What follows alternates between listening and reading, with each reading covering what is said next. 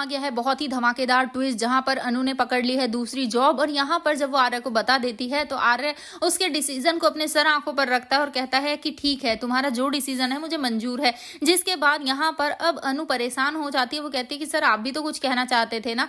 तभी आर्य कहता है कि ना तो ये सही वक्त है और ना ही जगह, मैं अभी नहीं कहूंगा, मैं थोड़ा और इंतजार करूंगा। उसके बाद वो वहां से चला जाता है। लेकिन उसके बाद अब वो घर पर जब आता है तो वो राजनंदिनी साड़ी का हेड बनाना चाहता है अनु को। ये बात वो गोपाल जी से कहता है, लेकिन गोपाल जी साफ साफ इनकार कर देते हैं, ये कहते हुए कि नहीं, तुम चाहे कुछ भी बना लो अनु को, लेकिन वो आपके ऑफिस में काम नहीं करेगी। लेकिन तभी उसे देव की बात याद आ जाती है, क्योंकि उन्होंने उसे राजनंदिनी साड़ी दी थी। तो मतलब कि अब राजनंदिनी साड़ी से उसका भाग्य जुड़ने वाला है, इसीलिए वो उसे ऑफिस में जाने देंगे। आगे क्या हुआ चलिए बताते हैं। लेकिन हाँ, अगर अभी तक आपने हमारे चैनल को सब्सक्राइब नहीं किया है तो जल्दी से कर लीजिए। जहां पर अनु बहुत ही ज्यादा परेशान होती है तो यहाँ पर अब वो सोच लेती है कि उसे कुछ तो करना ही होगा। दूसरी तरफ जब वो सोती है तो यहाँ पर उसे फिर से वही सपने वगैरह आने शुरू हो जाते हैं और वो बहुत ही ज्यादा घबरा जाती है। उसके हाथों में वही जैस्मिन का फूल होता है जो जीवदानी माता देकर गई थी। जी हाँ, यहाँ पर जैसे ही अनु होश से उठती है तभी उसकी माँ उसे वही फूल देती है। तभी वो कहती है कि माँ पता है अभी सपने में यही फूल था।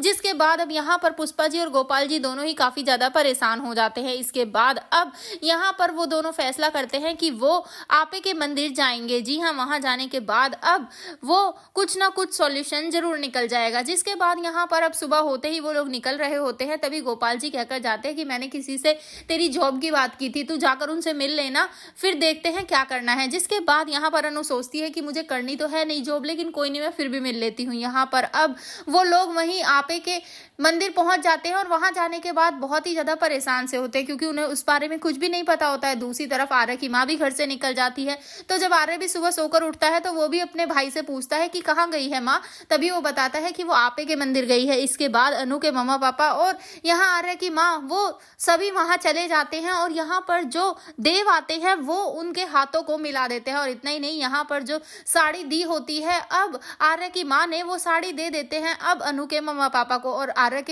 अनु के पापा जैसे ही उस साड़ी को देखते हैं वो समझ जाते हैं कि ये तो राजनंदिनी साड़ी है। जिसके बाद अब यहाँ पर बहुत ही इंटरेस्टिंग सा ट्विस्ट आ जाता है। तभी यहाँ पर जब वो दोनों आपस में बात करते हैं तभी कहते हैं कि उस दिन हम जीवदानी के मंदिर में मिले थे और आज यहाँ कहीं ऐसा तो नहीं भगवान ने हमारे कनेक्शन मिला रखे हैं। जिसके बाद यहाँ पर आर्य निकल जाता है घर से अनु को अंगूठी पहनाने के लिए, उससे अपने दिल की बात कहने के लिए।